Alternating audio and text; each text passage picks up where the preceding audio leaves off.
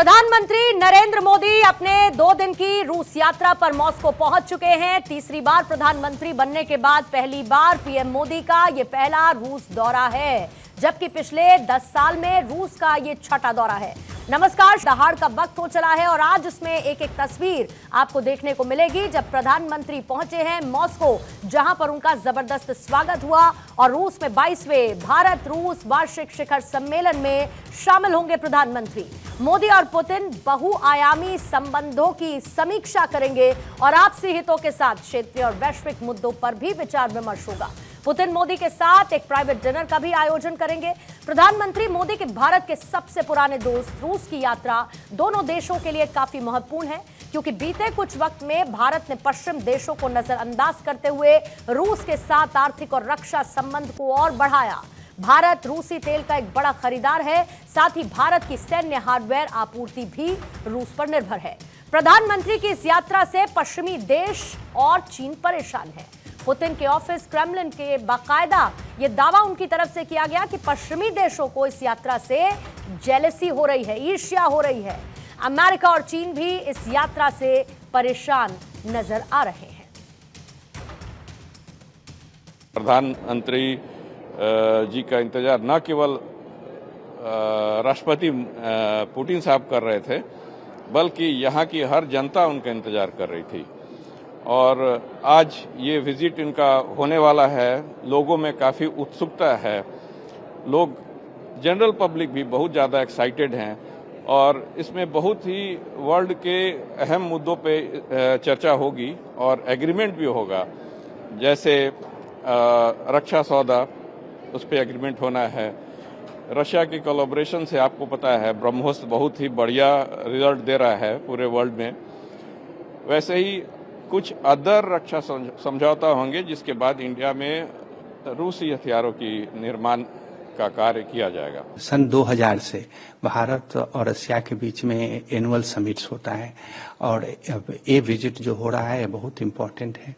ये 22वां 22nd annual summit है हमारे प्रधानमंत्री और रशियन प्रेसिडेंट के बीच में। लास्ट समिट जो हुआ था 2021 में, जब प्रेसिडेंट पुतिन इंडिया गए थे, तो इस 3 साल के गैप के बाद ये जो समिट हो रहा है ये बहुत ही इम्पोर्टेंट है और हमारे बीच में बहुत ही घनिष्ठ रिश्ता है। Trade, defence, atomic energy cooperation, people to people ties, science and technology, connectivity and transport, बहुत सारी ऐसी इशूज हैं जिस पे बहुत डेवलपमेंट हुई हैं पिछले 2 सालों में और इन सारी चीजों पे बातचीत होगी।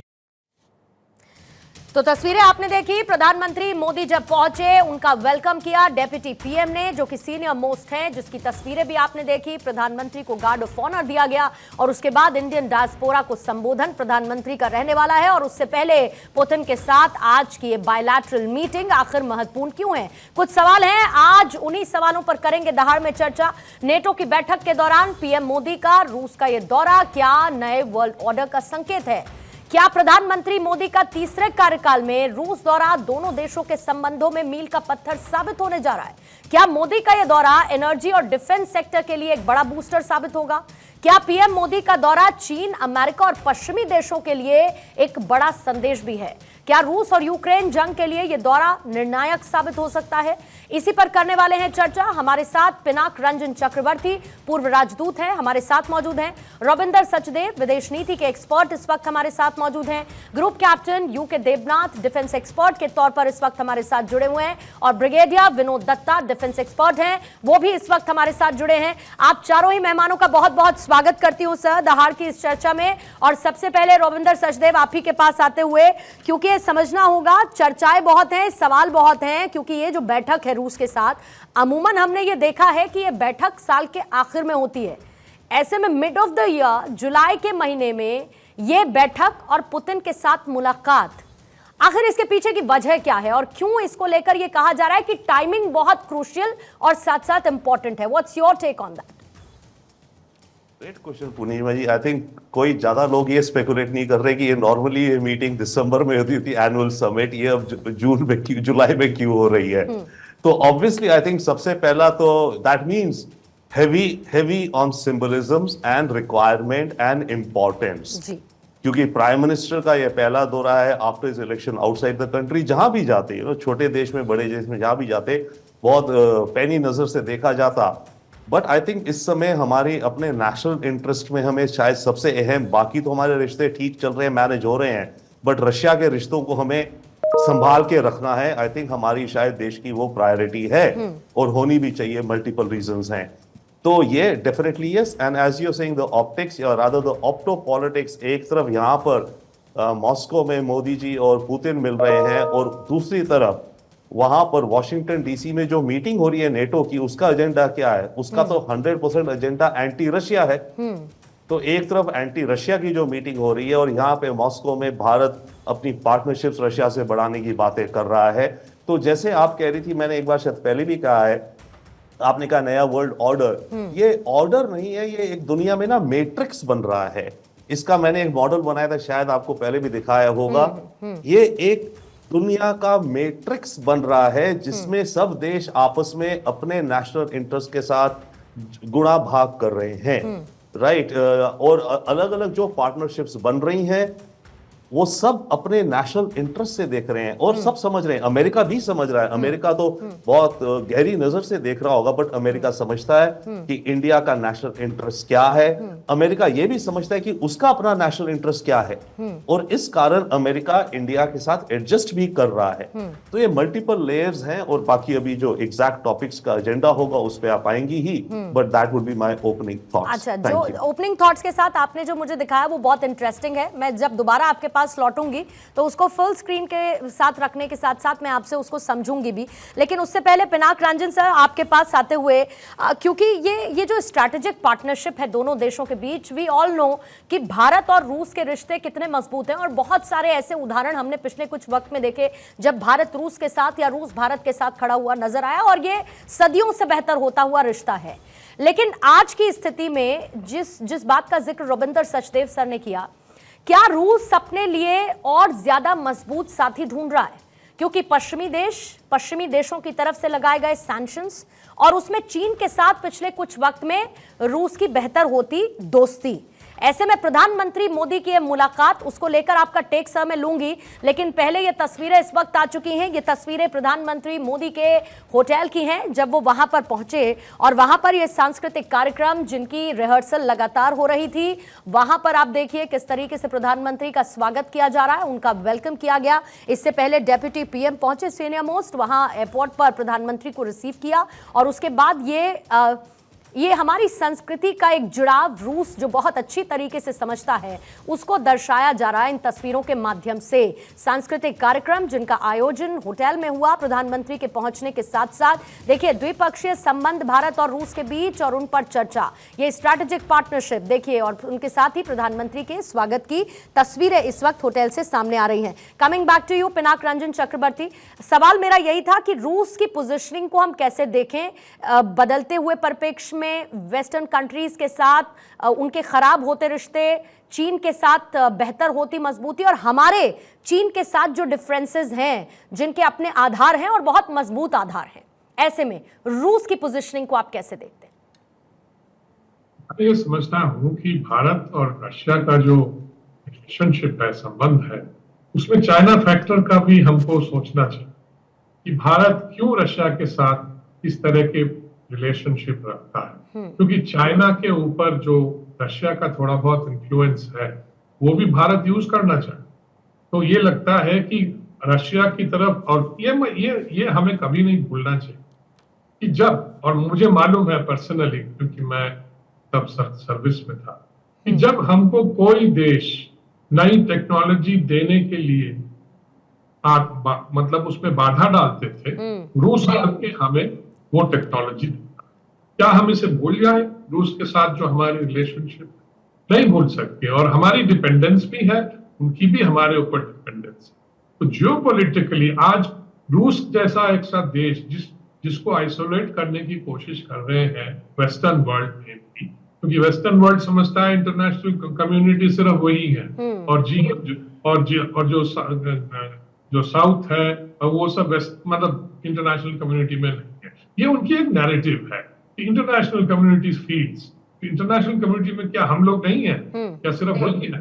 तो ये जो इस तरह का नैरेटिव है वो करते रहे हैं, पर भारत ने ये सिग्नल जरूर दे दिया है कि रूस के साथ जो हमारे पुराने रिश्ते हैं, जो बंधन है, वो हम जारी रखेंगे। और ये जो समिट हो रहा है, क्योंकि बीच में समिट हो नहीं पाया, ये जो एनुअल समिट का जो एग्रीमेंट है ये दोनों देशों में, ये सिलसिला फिर चालू हो रहा है। ये मैसेज है। और क्योंकि चालू इसीलिए हो रहा है क्योंकि हमारे रिश्ते जो हैं बहुत सारे स्ट्रेटेजिक सेक्टर्स में, स्पेस है, न्यूक्लियर है, आर्मामेंट्स है, डिफेंस है, साइंस एंड टेक्नोलॉजी है। और अभी हमारा रूस एक बड़ा ट्रेडिंग पार्टनर भी बन गया, क्योंकि एनर्जी सिक्योरिटी पे भारत अभी रूस पे बहुत डिपेंड कर रहा है, ऑयल वगैरह। और रूस भी चाहता है उनका ऑयल बिके, क्योंकि उस पर सैंक्शंस लगा रखे हैं।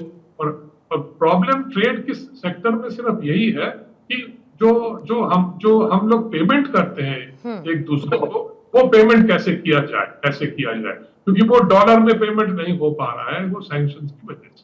तो ऐसे कुछ मुद्दे हैं जिसमें, और डिफेंस साइड में तो है ही है बहुत पुराना रिश्ता। तो मुझे लगता है कि कई चीजें इसमें शायद आउटकम्स में हम देखेंगे, खैर अभी बोलना मुश्किल है, पर कई एग्रीमेंट्स भी हो सकते हैं।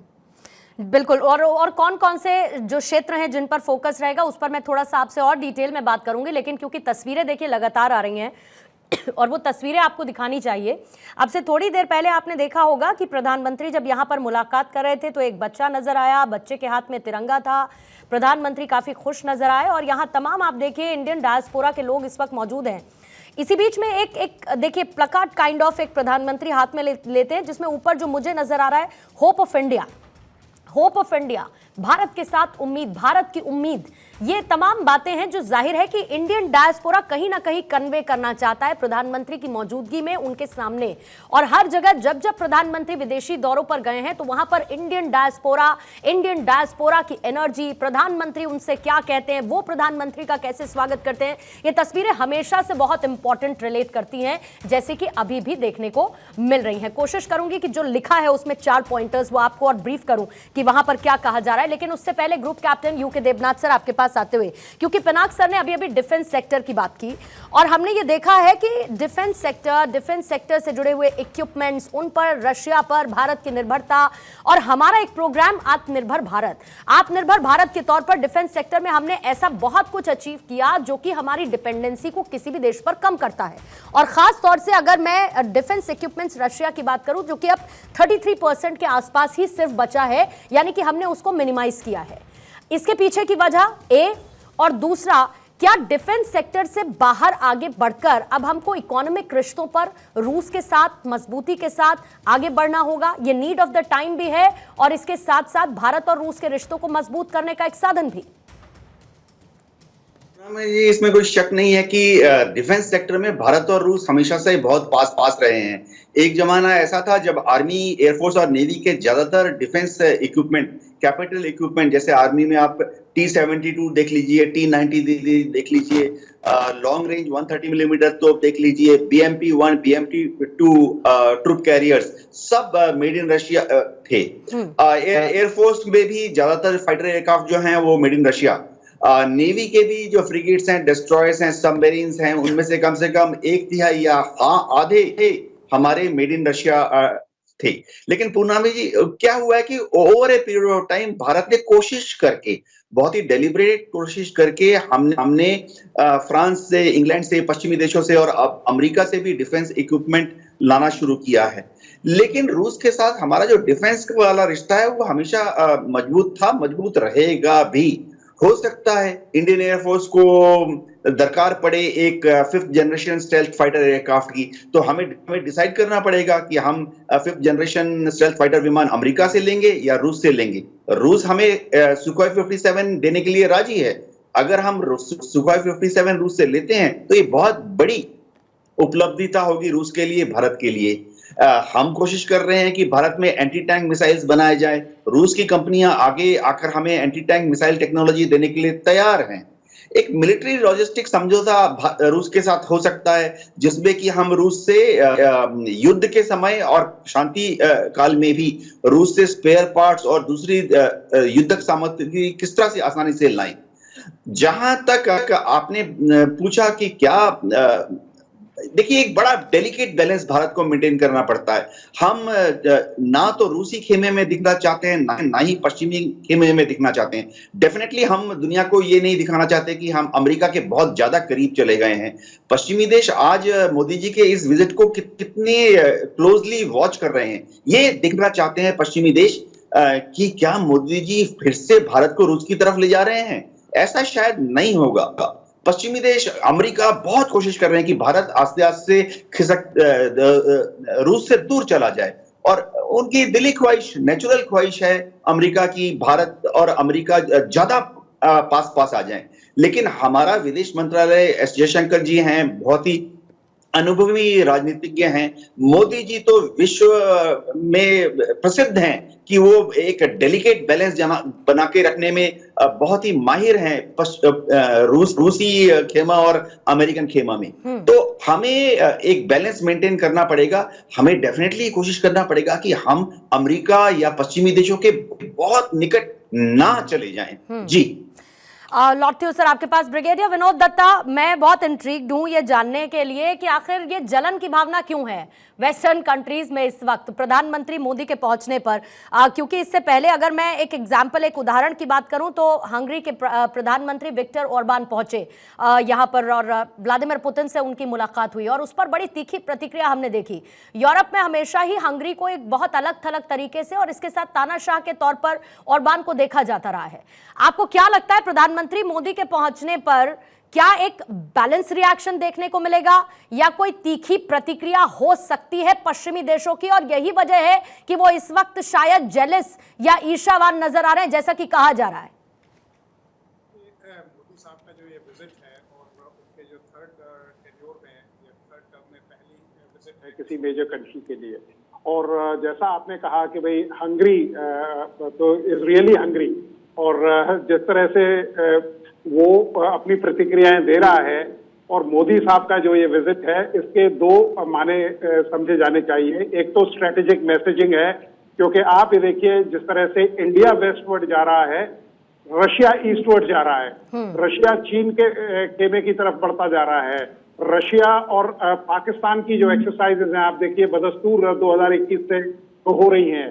अगर आप पिछला उनका जो स्टेटमेंट देखें पाकिस्तान नेवल चीफ का, जिसमें बताया गया था कि भाई किस तरह से उन्होंने एक्सरसाइज की है, तो भारत ये नहीं चाहता कि साहब रशिया बहुत ज्यादा एचलॉन हो जाए चाइना की तरफ या पाकिस्तान की तरफ। पाकिस्तान की तरफ होते ही भारत की चिंताएं बढ़ जाएंगी। दूसरी चीज, पुतिन साहब भी ये चाहते हैं, क्योंकि हमारे यहाँ जिस तरह की भागीदारी थी, ग्रुप कैप्टन देवनाथ साहब ने बताया कि करीब पहले जो ईस्ट यूरोपियन ब्लॉक से हमारा जो इक्विपमेंट आता था वो करीब 85% के करीब था, और उसके दो मूल कारण थे। पहली बात तो हमारे पास पैसा नहीं था, और जो ईस्ट यूरोपियन ब्लॉक का जो इक्विपमेंट है वो रगड है, सस्ता है और चीप है।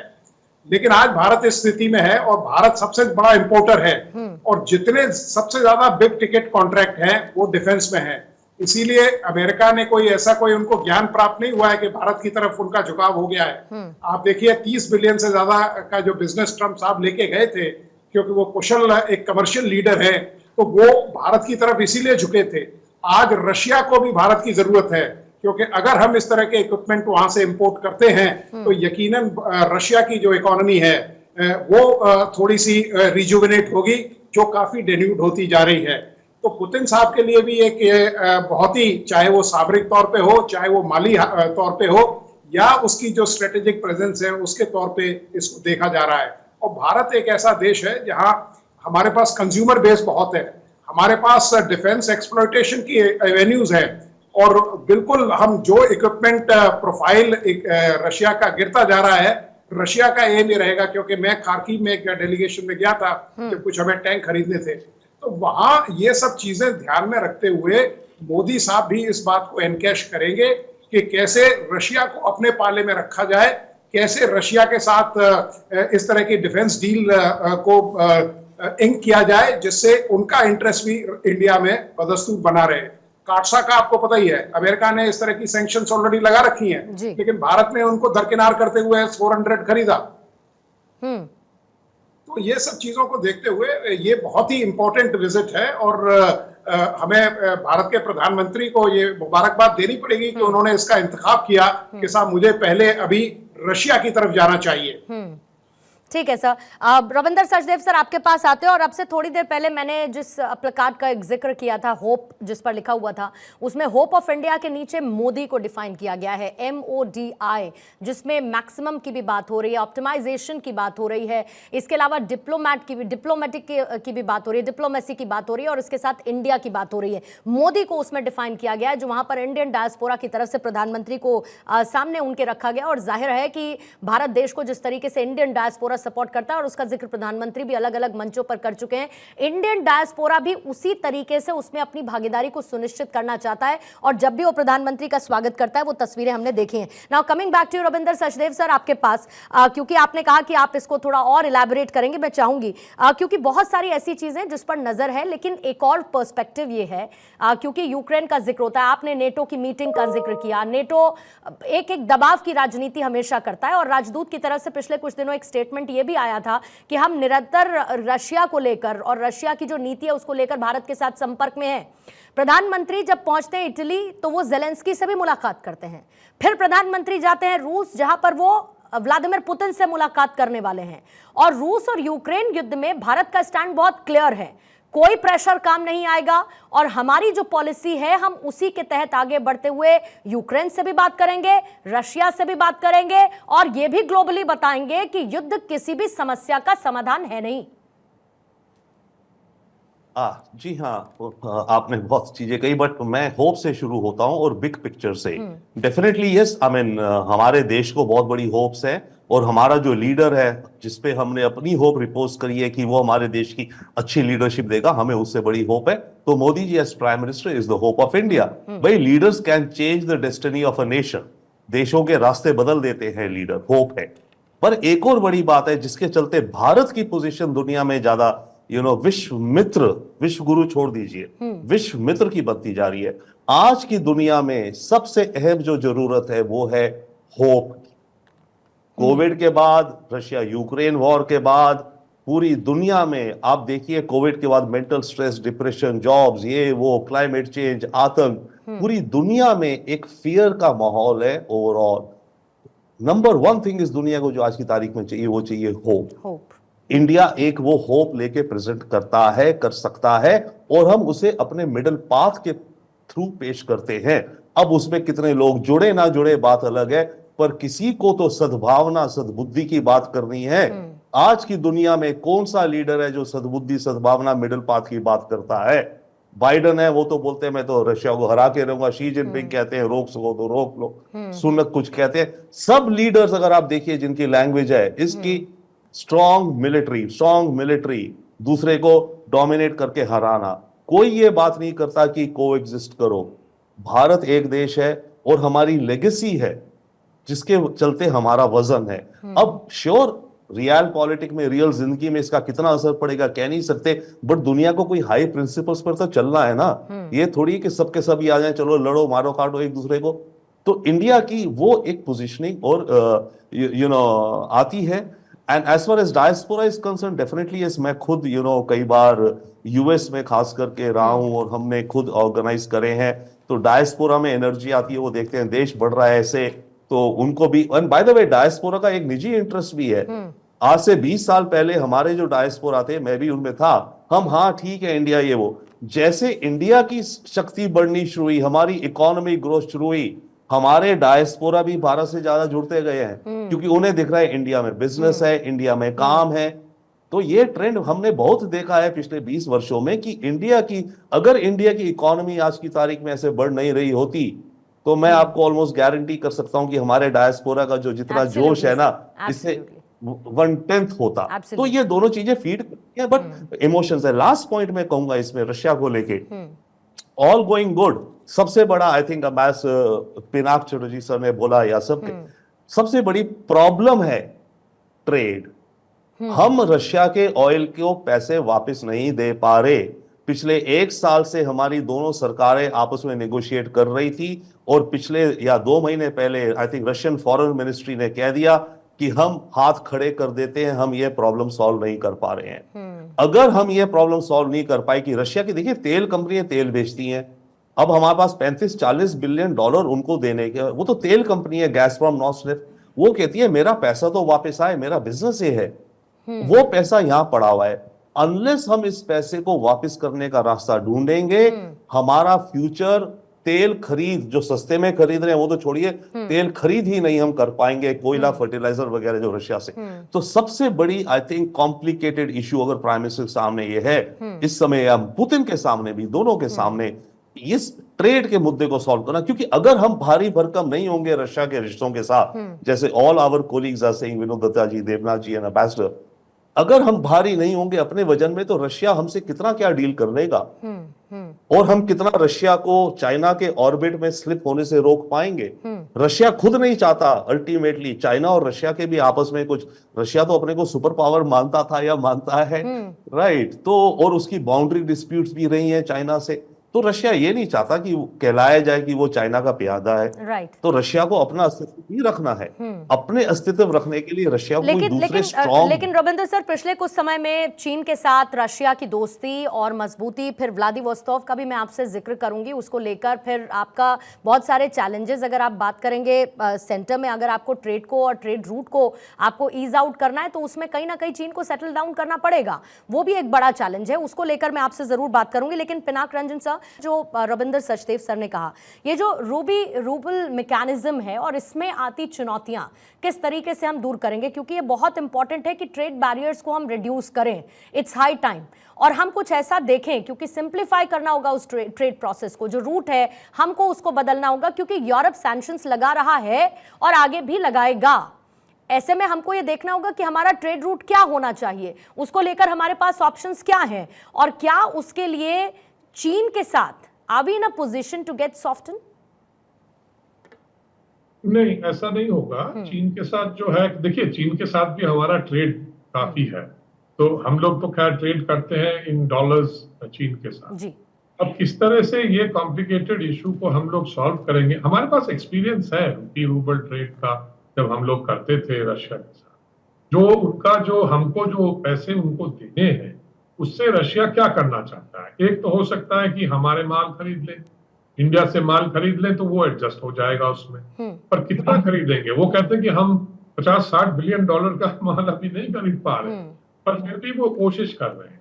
तो इसलिए ये जो how to solve this issue will be, economist को देखना पड़ेगा, बैंकर्स को देखना पड़ेगा कि कैसे किया जाए, किस तरह की करेंसीज में किया जाए, और इसमें चाइना के युआन का एक रोल हो सकता है। पर उसमें ऐसा है कि हमारे पास चाइना के साथ युआन में तो हम डील नहीं करते हैं, चाइना के साथ तो डॉलर करते हैं, इसीलिए हमको देखना पड़ेगा किसी और तरह से इसको हम किस तरह से रशिया को पेमेंट कर सकें। पर इसी पे विचार विमर्श जरूर होगा, क्योंकि ये बहुत बड़ा मुद्दा खड़ा हो गया। यूके देवनाथ सर, आपके पास आते हैं और मैं इन्हीं डिफेंस डायनेमिक्स पर आपसे फोकस करते हुए बात करना चाहूंगी कि इन डिफेंस डायनेमिक्स को बेहतर करने के लिए आज होने जा रही बायलैटरल टॉक में किन किन बातों को शामिल किया जा सकता है। इसके साथ पिछले कुछ वक्त में हमने देखा कि जॉइंट मिलिट्री प्रोडक्शन, इस पर भी रशिया के साथ हमने बहुत गौर किया है और इसको हमने बढ़ाने की कोशिश की है। आज होने वाली द्विपक्षीय वार्ता में इन मुद्दों को किस तरीके से शामिल किया जाएगा, संभावित क्या है? जी हाँ पूर्णिमा, डिफेंस डील्स के साथ जो बातचीत होगी रूस के साथ, उसका एक तो छोटा वाला ऑब्जेक्टिव ये होगा कि S-400 की जो सप्लाई है इंडिया को, हमने 5 रेजिमेंट्स के लिए उनके साथ कॉन्ट्रैक्ट डील साइज की थी, अभी तक 3 स्क्वाड्रन्स आ गई हैं। बाकी दोनों स्क्वाड्रन्स की डिलीवरी में थोड़ा सा समय लग रहा है, क्योंकि शायद रूस अपने यहाँ S-400 जितना भी प्रोडक्शन कर रहा है वो पूरा का पूरा यूक्रेन की तरफ डिप्लॉय कर रहा है। तो भारत इस चीज को समझता है, रूस ने हमें पूरे कॉन्फिडेंस में लिया हुआ है और कहा है कि जैसे ही यूक्रेन का युद्ध समापन की तरफ जाएगा या वहां प्रेशर कम हो जाएगा, रूस तुरंत S-400 की जो बाकी 2 बची हुई स्क्वाड्रन्स हैं वो भारत को डिलीवर कर देगा।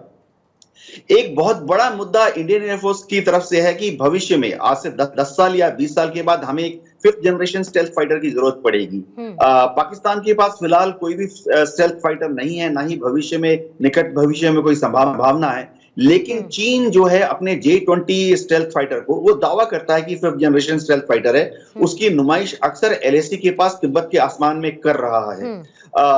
और भारत की एयरफोर्स को यह लगता है कि भविष्य में चीन ज्यादा से ज्यादा संख्या में J-20 की डिप्लॉयमेंट तिब्बत में कर सकता है।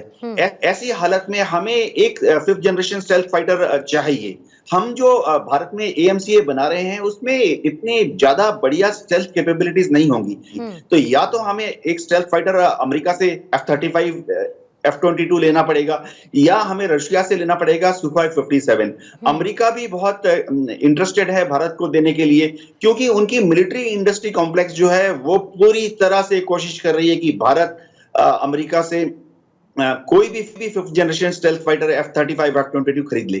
लेकिन इससे भी बहुत बड़ा मुद्दा है स्ट्रेटेजिक। देखिए, एक जमाना था जब दुनिया में कोई भी देश हमें MTCR के मिसाइल टेक्नोलॉजी कंट्रोलिज्म के तहत हमें क्रायोजेनिक्स इंजन नहीं दे रहे थे, और रूस ने उस वक्त भारत को आगे बढ़ के मदद की। आज जो हमारी इसरो इतनी उपलब्धियां हैं, उनकी सारी उपलब्धियां शुरुआती दिनों में आज तक भी रशियन क्रायोजेनिक इंजन की वजह से ही है। ब्रह्मोस को देख लीजिए, दुनिया में कोई भी देश हमें किसी भी तरह की टेक्नोलॉजी नहीं दे रहा था, और अब हमारी जब हमने ब्रह्मोस को प्रोडक्शनाइज किया है रूस के साथ एक जॉइंट वेंचर में, पूरी दुनिया में वन ऑफ द दुनिया में बहुत ही सफल वेपन सिस्टम माना जाता है। तो एक स्ट्रेटेजिक रिक्वायरमेंट भी है कि मेक इन इंडिया के तहत भारत में भविष्य में जो भी हम वेपन सिस्टम बनाए या अम्युनिशन बनाए, वो रूस की मदद से या पश्चिमी देशों की मदद से बनाए। लेकिन हमें पश्चिमी देशों से शायद थोड़ा सा केयरफुल रहना पड़ेगा। जो हमारा पास्ट एक्सपीरियंस है ये दिखाता है कि जब भी युद्ध हुआ है तो अमेरिका ने भी भारत से थोड़ी दूरी बना ली, और पाकिस्तान को अमेरिका हमेशा थोड़ा खुश रखना चाहता है। शायद हमें कोशिश करनी पड़ेगी कि हम रूस के थोड़ा और नजदीक जाएं।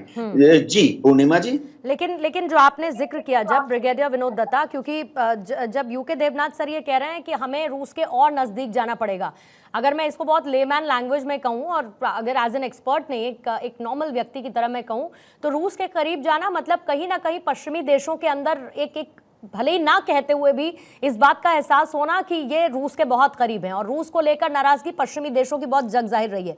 अभी सर ने उस जॉइंट वेंचर का जिक्र किया जो कि ब्रह्मोस मिसाइल को लेकर नजर आया, लेकिन इंडिया को एक प्रोडक्शन बेस की तरह इस्तेमाल करना ताकि हम थर्ड कंट्रीज को उन इक्विपमेंट्स को भेज सकें, उन तक पहुंचा सकें, ऐसे में इंडिया एक इकोनॉमिक पर्सपेक्टिव से आप कैसे देखते हैं कि ये डेवलप करेगा?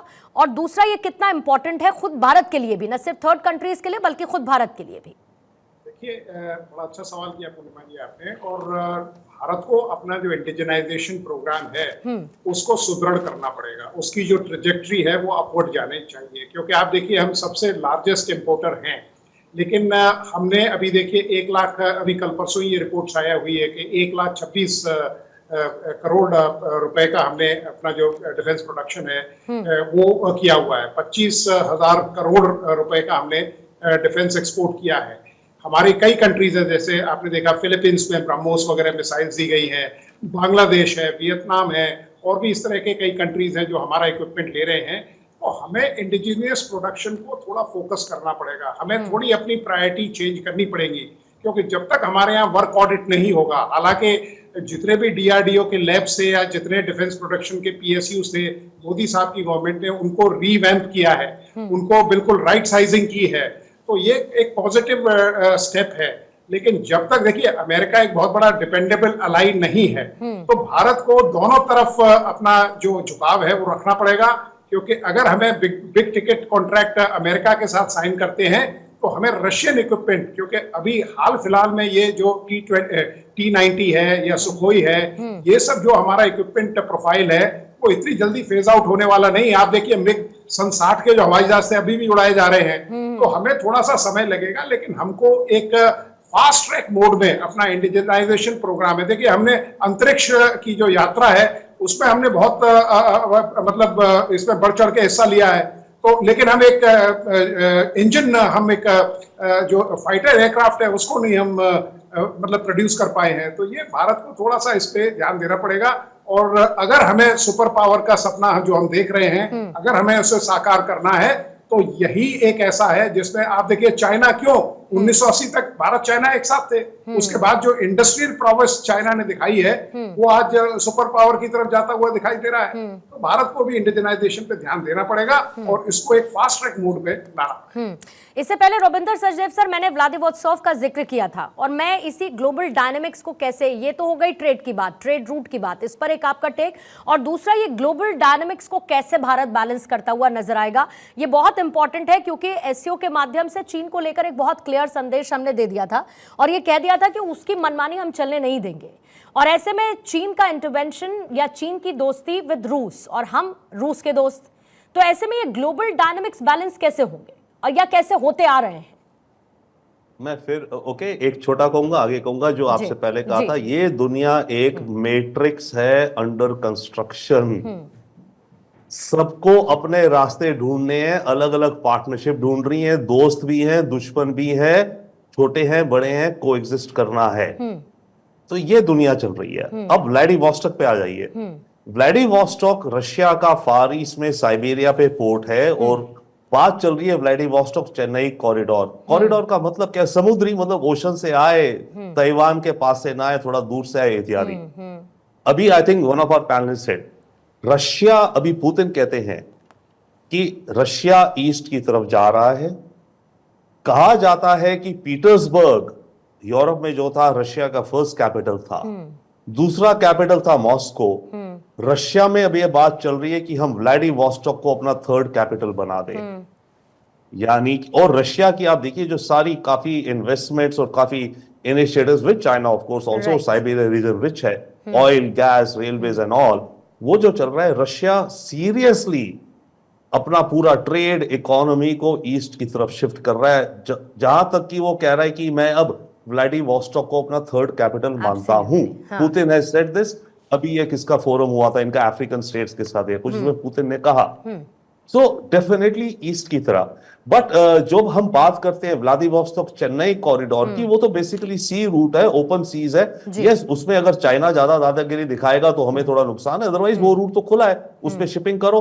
बट प्रॉब्लम ये हो जाती है कि व्लादिवोस्टोक एक एंड पे है, रशिया की जो ऑयल प्रोडक्शन ज्यादा है, जो हम इंपोर्ट करते हैं, वो ब्लैक सी के पीछे ऊपर इस रीजन में ज्यादा है, तो इसलिए ब्लैक सी या उधर से आती है। बट फार ईस्ट में भी बहुत ऑयल है रशिया का जो हम इंपोर्ट कर सकते हैं। तो ये ट्रेड रूट्स बन रहे हैं और ट्रेड रूट डेफिनेटली बनेंगे इंडिया के साथ। Again back to the big question जो I think all of us are talking long term. I think मैं बहुत गलत हो सकता हूं, बट मोर और लेस जितनी भी हम अच्छी डिफेंस पार्टनरशिप चाहते हैं रशिया से हम रखेंगे, करेंगे, बट 10, 15, 20 साल में ये डिक्लाइन होगी। वन, सेकेंडली हमारे अपने इंटरेस्ट में शायद ये है कि अगले 10 साल हमारे साथ कोई वॉर या छोटा मोटा हादसा ना हो। जैसे तैसे हम पाकिस्तान, चाइना को जैसे भी मैनेज करें, अपनी रेजिलियंस, अपनी आत्मनिर्भरता, अपना इंडस्ट्रियल बेस बनाएं।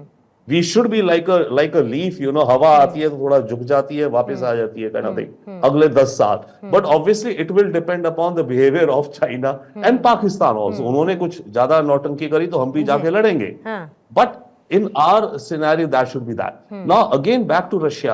रशिया से हमारा बिगेस्ट प्रॉब्लम मेरे विचार से अभी ये है, रशिया भी चाहता है अनलेस हम ये पेमेंट मैकेनिज्म सॉल्व करें तो हम नहीं आगे बढ़ पाएंगे। इसमें मेरा एक आइडिया, अगर मैं 10 सेकेंड लूं। प्रॉब्लम ये है, गैसप्रॉम एक तेल कंपनी है, उसके $40 बिलियन यहां पड़े हुए हैं। वो कहता है मैं तो तेल कंपनी हूं, मुझे तेल का पैसा चाहिए। हम कहते हैं हम नहीं दे सकते, बार्टर कर लो, कुछ और ले लो। गैसप्रॉम कहता है मैं क्या लूं, मैं तो कुछ करूंगा नहीं उससे। तो इसमें 3 पार्टी एग्रीमेंट का एक मेथड बन सकता है। रशिया की कोई बड़ी सरकारी फार्मास्यूटिकल कंपनी, रशिया को मेडिसिन की जरूरत होती है और पहले से ही हिस्टोरिकली वो इंडिया से इंपोर्ट करते हैं। रशिया एक बिग पिक्चर डिसाइड कर ले कि मेरे को जितनी दवाइयां चाहिए मैं केवल इंडिया से इंपोर्ट करूंगा, ज्यादा इंडिया से करूंगा। गैसप्रॉम का जो $20 बिलियन यहां पड़ा है, रशिया के अंदर जो फार्मा बिग कंपनी है, गैसप्रॉम उसको बोले भैया ऐसा है, तू मुझे 20 बिलियन के रूबल दे दे और तुम्हारे पास $20 बिलियन इंडिया में। अब ये फार्मा कंपनी के पास $20 बिलियन इंडिया में है, इस 20 बिलियन के खरीदे सारे मेडिकल रशिया ले जाए, उनको बेचे, कमाए। ये एक ट्रायंगुलर मेथड बन सकता है, barter triangle. Otherwise we are stuck, और हम लाइट वेट होते जाएंगे विद रिस्पेक्ट टू रशिया। ठीक है सर। पिनाक सर, क्योंकि जो अभी हमारे एग्जिस्टिंग अग्रीमेंट्स हैं उनको बहुत ज्यादा और इफेक्टिवनेस पे लेकर आना, उनकी इफेक्टिवनेस को एनहांस करना, दूसरा artificial intelligence, space exploration, cyber security, renewable energy, ये भी कुछ ऐसे सेक्टर्स हैं जिस पर बातचीत के दौरान या भारत और रूस के रिश्तों के बीच हम बेहतरी की तरफ आगे बढ़ने की दिशा में और ज्यादा फोकस कर सकते हैं।